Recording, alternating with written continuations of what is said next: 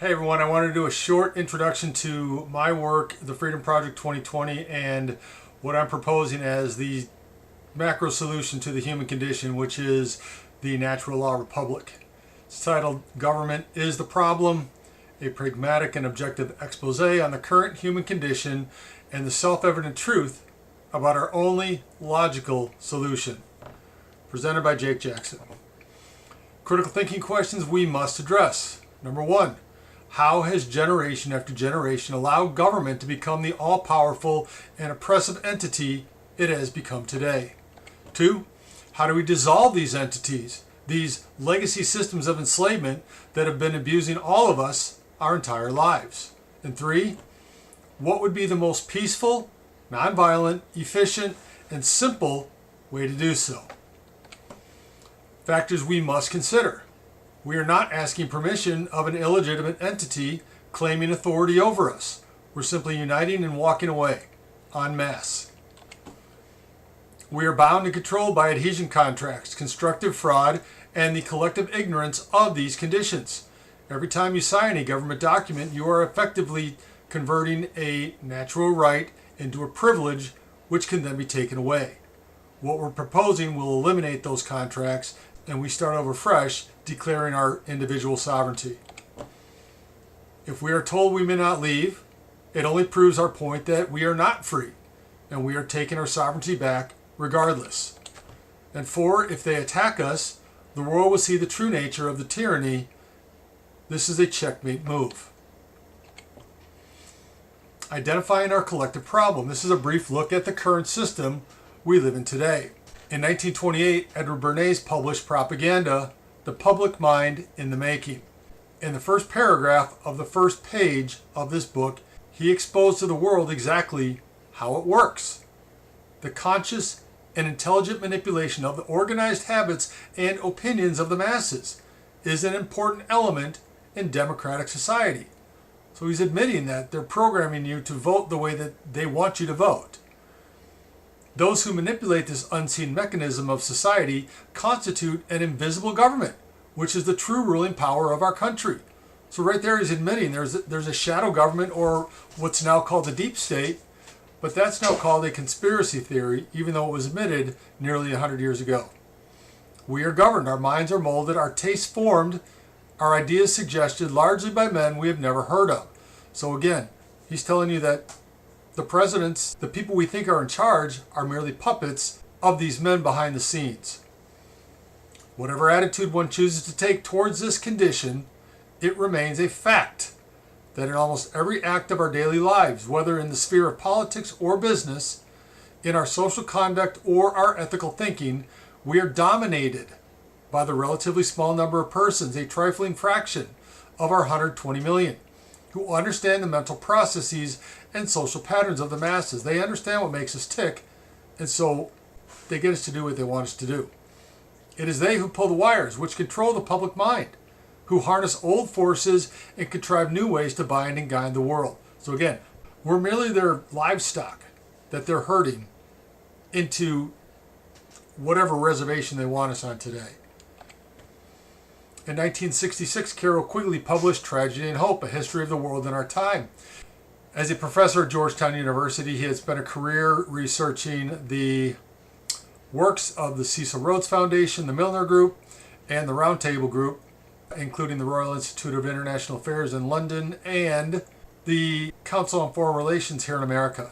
Now, if you look at the cover of these books, we have one from '66 and the re-release in 2014.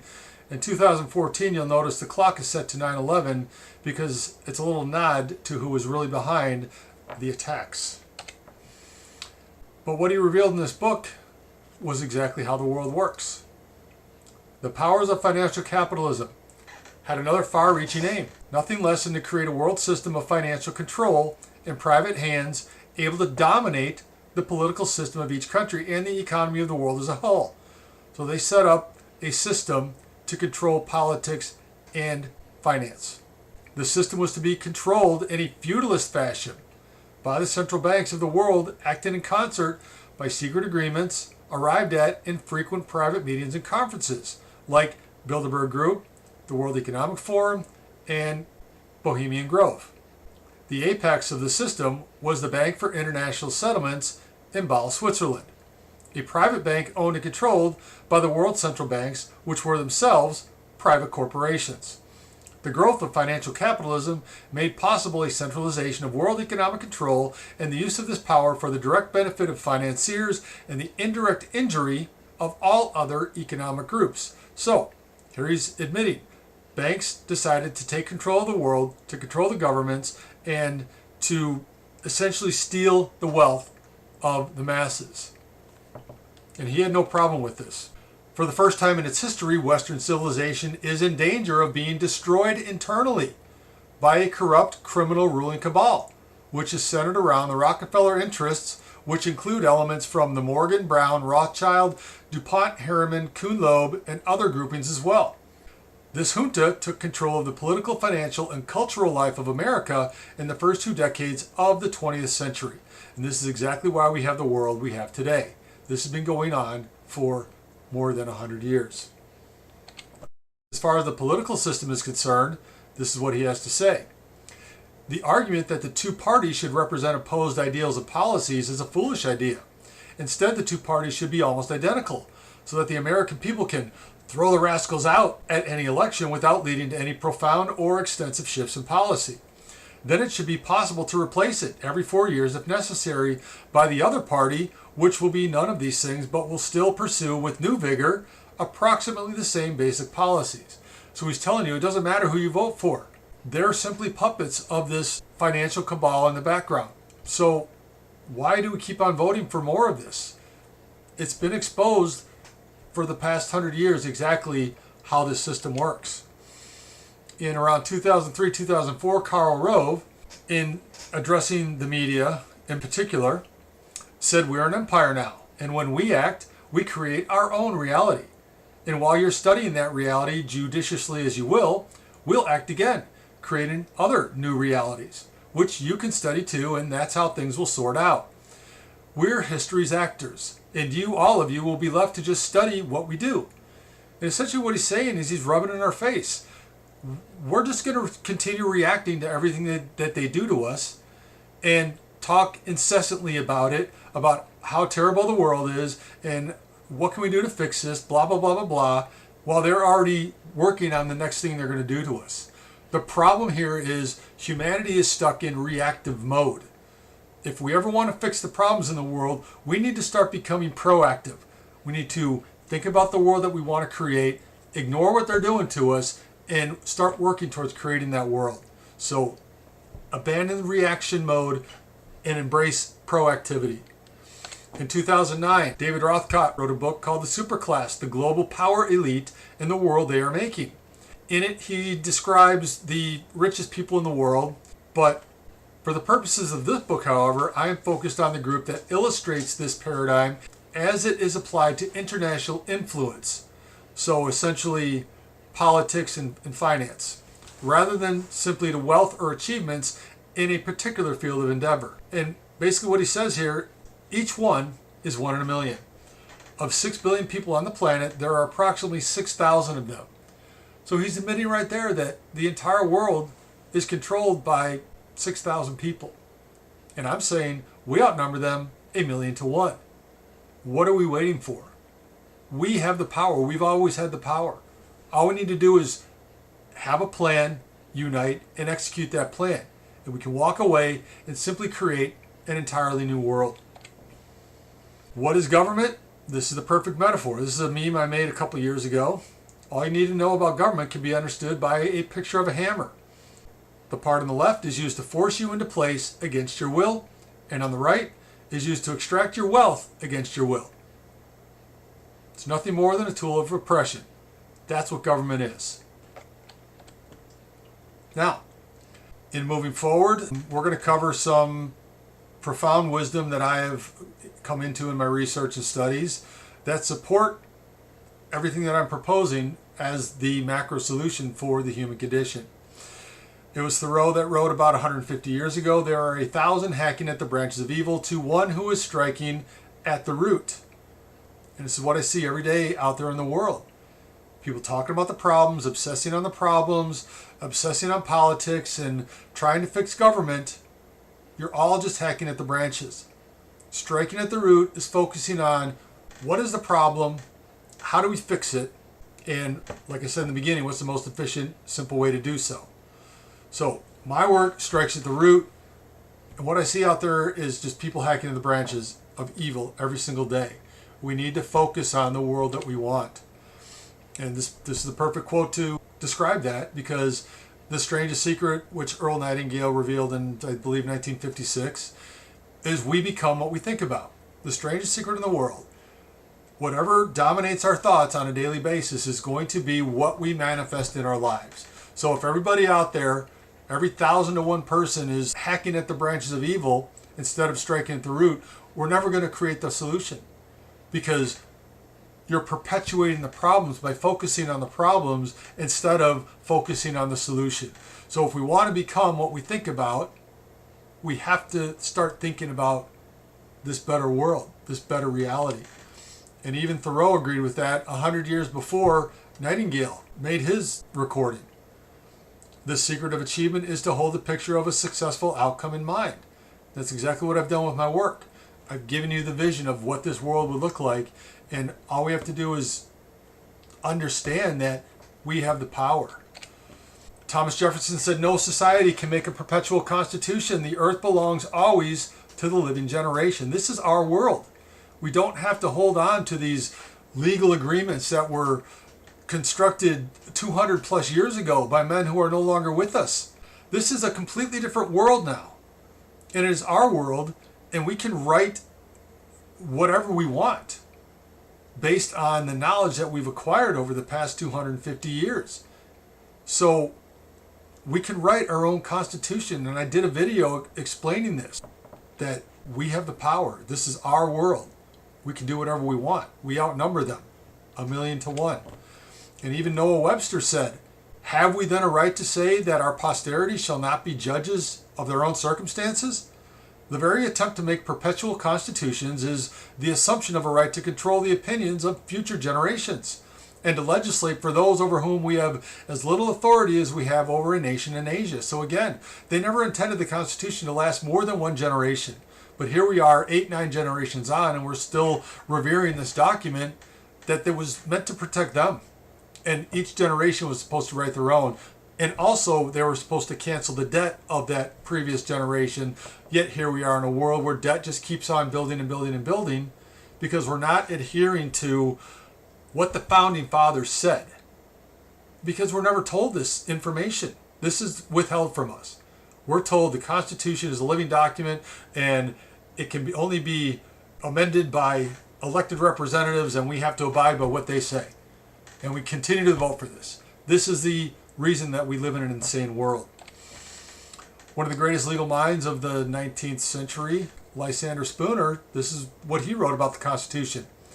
"Inasmuch as the Constitution was never signed nor agreed to by anybody as a contract, and therefore never bound anybody, and is now binding upon nobody, and is moreover such a one as no people can ever hereafter be expected to consent to, except as they may be forced to do so at the point of the bayonet, it is perhaps of no importance what its true legal meaning as a contract is. Nevertheless, the writer thinks it proper to say that, in his opinion, the Constitution is no such instrument as it has generally been assumed to be, but that by false interpretations and naked usurpations, the government has been made in practice a very widely and almost wholly different thing from what the Constitution itself purports to authorize. He has heretofore written much and could write much more to prove that such is the truth. But whether the Constitution really be one thing or another, this much is certain, that it has either authorized such a government as we have had, or has been powerless to prevent it. In either case, it is unfit to exist." So, there you go. The Constitution has no inherent authority, and it was never meant to last more than 1 generation. This is our world. We can do whatever we want. We need to stop listening to these illegitimate authority figures and start creating the world that we desire. The world we have made as a result of the level of thinking we have done thus far creates problems that we cannot solve at the same level at which we have created them. We shall require a substantially new manner of thinking if humankind is to survive. That's Albert Einstein again, hacking at the branches of evil. We need to think outside the box. We need to come up with new ideas. That's what I've done with the Freedom Project 2020 and the Natural Law Republic. And this one here is one of the most profound quotes that have driven my work. You never change things by fighting the existing reality. To change something, build a new model that makes the existing model obsolete. The existing model is already obsolete, but we still conform to it because we don't have another option. But I'm giving you an option here. I've built a new model that everybody who has seen it agrees that this is the way that society should run. Everybody should be a free individual sovereign, and no one has power over anybody else. So, what is the foundation of this solution? Why is it called a natural law republic? What is natural law? This is from a dictionary of law from 1889. It is the rule of human action prescribed by the Creator and discoverable by the light of reason. So natural law is God's law. Everything in existence is bound by natural law. And we were given free will, and we were given critical thinking skills and a consciousness to understand these God's laws and abide by them. And everything we do outside of natural law results in a negative consequence, and everything we do that aligns with natural law results in a positive benefit. Every person has free choice, free to obey or disobey the natural laws. Your choice determines the consequences. Nobody ever did or ever will escape the consequences of his choices. That was Alfred Armand Monapert. So again, natural law has been talked about for a long time. What is natural law? A set of universal, inherent, objective, non-man-made, eternal, and immutable conditions which govern the consequences of behaviors of beings with the capacity for understanding the difference between harmful and non-harmful behavior. The understanding of natural law is centered upon bringing our own conscience into alignment with objective morality, knowing the difference between right and wrong. This means definitively knowing which behaviors are rights because they do not cause harm to other sentient beings, and which behaviors are wrongs because they do cause harm to other sentient beings. And this is as simple as it should be. So the working definition of natural law is universal, non-man-made, binding, and immutable conditions that govern the consequences of behavior. Natural law is a body of universal spiritual laws which act as the governing dynamics of consciousness. So, whether you believe it or not, natural law is there, 24/7, 365, from the day you're born to the day you die. It's omniscient, it's omnipotent, and it's omnipresent. Natural law is written on our hearts by our Creator to control our conscience. Whereas man's law is nothing more than words written on paper by wealthy men to control other men and steal the wealth of the poor and working classes. And if you do any research into the history of law, you will understand that this is the case. Who's to say that we can't create our own words on paper and live by those agreements instead? We're the living. The world belongs to us. We can create our own law, but it must align with natural law for it to be valid. Because most of the laws that are on the books under Admiralty Maritime Law right now violate natural law. Natural law is based upon principles and truth inherent to creation. Man's law is based upon dogmatic beliefs, constructs of the mind. And you can pause this if you want to read the rest of it. The beautiful thing about natural law is that it's a self-correcting mechanism. If someone violates it and suffers consequences, they learn not to do it again. You don't have to force people to do things against their will in a natural law republic. So, living in harmony with natural law leads to freedom, peace, prosperity, survival, evolutionary progress, and abundance. Living in opposition of natural law leads to control, enslavement, war, evolutionary stagnation, extinction, and scarcity. So, this is the balance between the world that we have right now, which completely violates natural law, and the world we need to focus on if we want to create it and start building it. This is the difference. We need to align with natural law and build upon that. It's the only viable solution because it's the only law we need to understand. This is from the Constitution that I proposed. This is essentially a society which everyone just agrees to be a decent human being and live by the 4 moral maxims of natural law. Number 1 is the golden rule. Do no harm and treat everyone as you expect to be treated yourself by others. Number 2 is don't steal. Every violation of natural law is one form of theft or another. So you're either harming yourself or you're harming someone else when you violate natural law. Number 3 is honor your contracts and words. Always do what you've promised to do to the very best of your ability and obligations. Contracts are everything. And that's why this system is built on a system of contracts where everyone has a contract with everyone else that states, I'm a sovereign human being, you can't mess with me, and I respect the way this Constitution is set up and the society that it's created because it actually does protect me and my rights. And number 4, always respect the balance of nature. We live in a world in which there is a symbiotic and synergistic balance in everything. And upsetting that balance has repercussions in other areas of nature which can have negative and unintended consequences when not handled carefully and with respect to the overall balance. So, that's it. That's natural law. And if we align with that and build a society on that, everything would work itself out. It's a self-correcting mechanism. So, on June 10th of 2020, I took all of this knowledge that I had acquired and had been putting into a book that I never published, and I took that and I put it into the Freedom Project 2020. I created this website over 5 months to basically show people that this is the nature of our world and this is the solution. On January 1st of 2021, I started working on the solution. First video series I did was called Manifesting a New Reality that I had scripted out in December, and I started creating these videos. It took me over 800 hours just to do these 10 parts. But this is showing the vision of a better world and showing people this is that goal of this is where we want to go. Okay? This is an indictment of the system we're in. We're never going to fix it. We can't fix it. It's not our system. It's their system. And it's never going to be fixed. We can't fix it in the legal system. We can't fix it by voting. So the only solution is we need to create our own system and transition to it. So this is a vision of the system. Then August 1st of 2021, I started working on this Path to Freedom video series, which is essentially the roadmap. This is how we get there. This is what we need to do to get there. Once I got through the first 4 parts, I had to stop and write the documentation, which forms this natural law republic. So I wrote a new Declaration of Independence, which everyone would sign and send to their representatives wherever you are, whatever government you're under in the world, saying that you no longer have jurisdiction over me. I am declaring my independence as a sovereign on this land.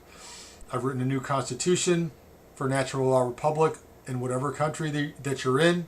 And again, these are the documents that form everything. And everybody in society would sign these documents, and they all work together synergistically to support one another. And in this society, all power is decentralized down to each individual. And that's what these contracts, these 3 contracts at the bottom, designate. Every personal sovereign has a social contract. Every member of the Public Service Administration has a separate, an additional contract, which states that I have a higher level of responsibility by taking on this job. And then every business has a fiduciary duty social contract. So these are the checks and balances in a natural law republic. There is no more centralized government anywhere. There is no legislative body. We only need the 4 moral maxims to understand what we need to do to live a good life. We don't need all these millions of laws saying what we can and can't do. This is a society of personal responsibility. And I think most people would want that type of society where you're just left alone to live your life and do as you will, but don't violate natural law.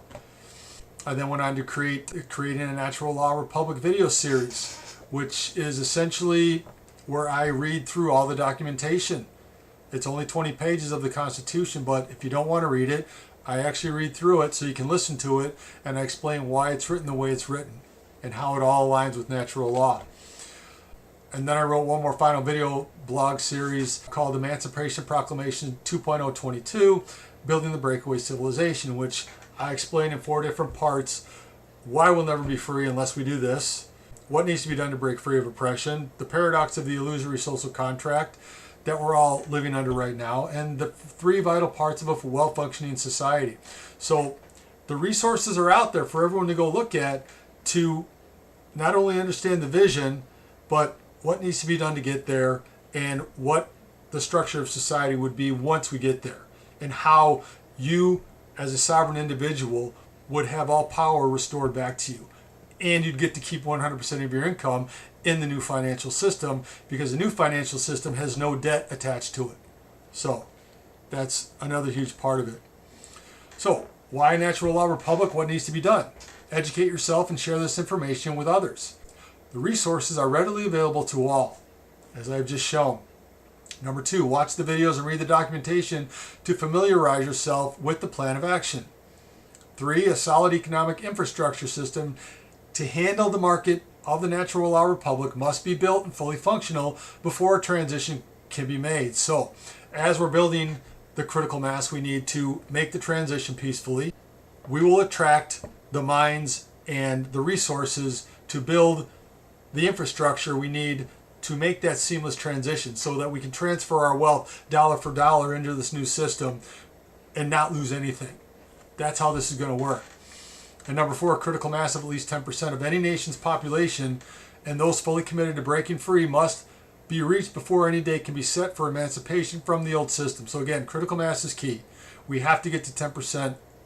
What I'm saying is a safe amount. And once 10%, we'll be the domino. We're going to be the leaders that the rest of the 90% will say, wow, they actually did it. That's the world we want to live in. They'll join us. But we need 10% to lead. We don't have to worry about waking the rest of them up. We just need to unite the 10% who are already awake. And we can do this. And yeah, this is civil disobedience, but disobedience is the true foundation of liberty. The obedient must be slaves, and that's Thoreau again.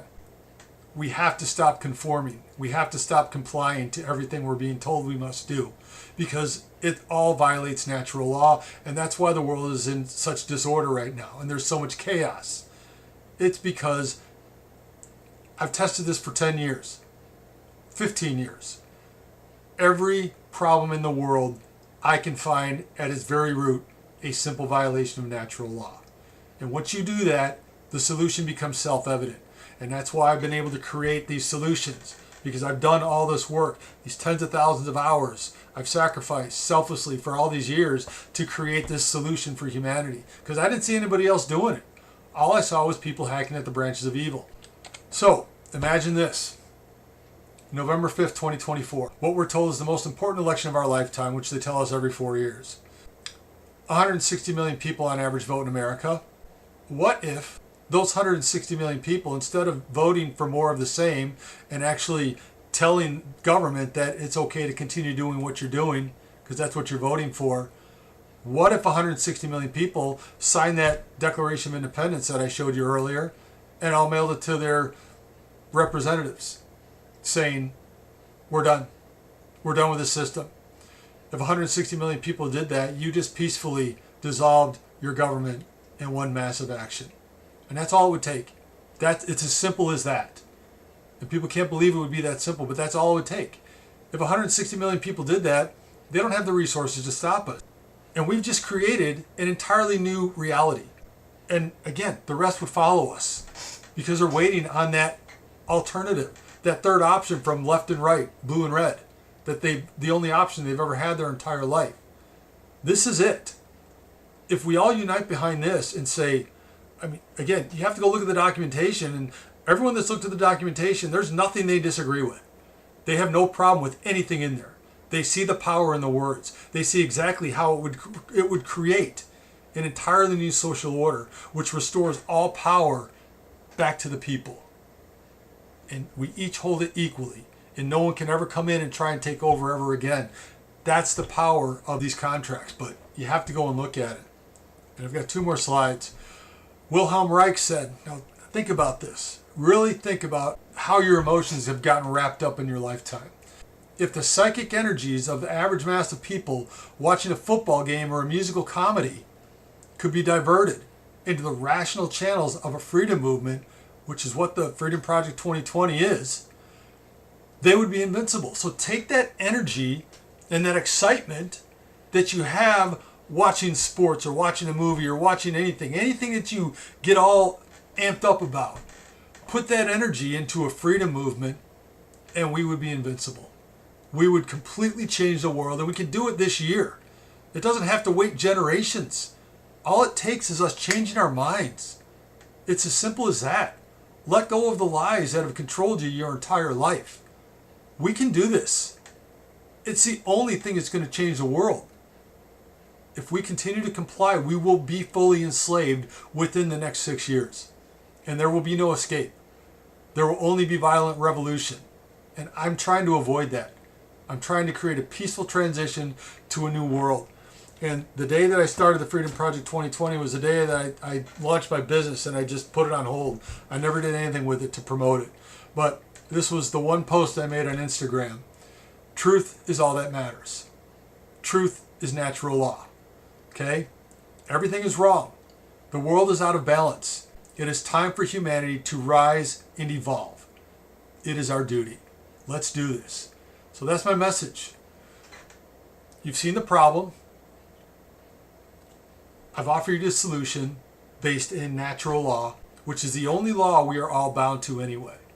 So let's build on that and let go of all this white noise that's distracting us, this legalese and government and the media BS. Let go of it all. Focus on the world we want, and let's build it. Thank you for watching. I love you all, and I hope to see you soon. Bye-bye.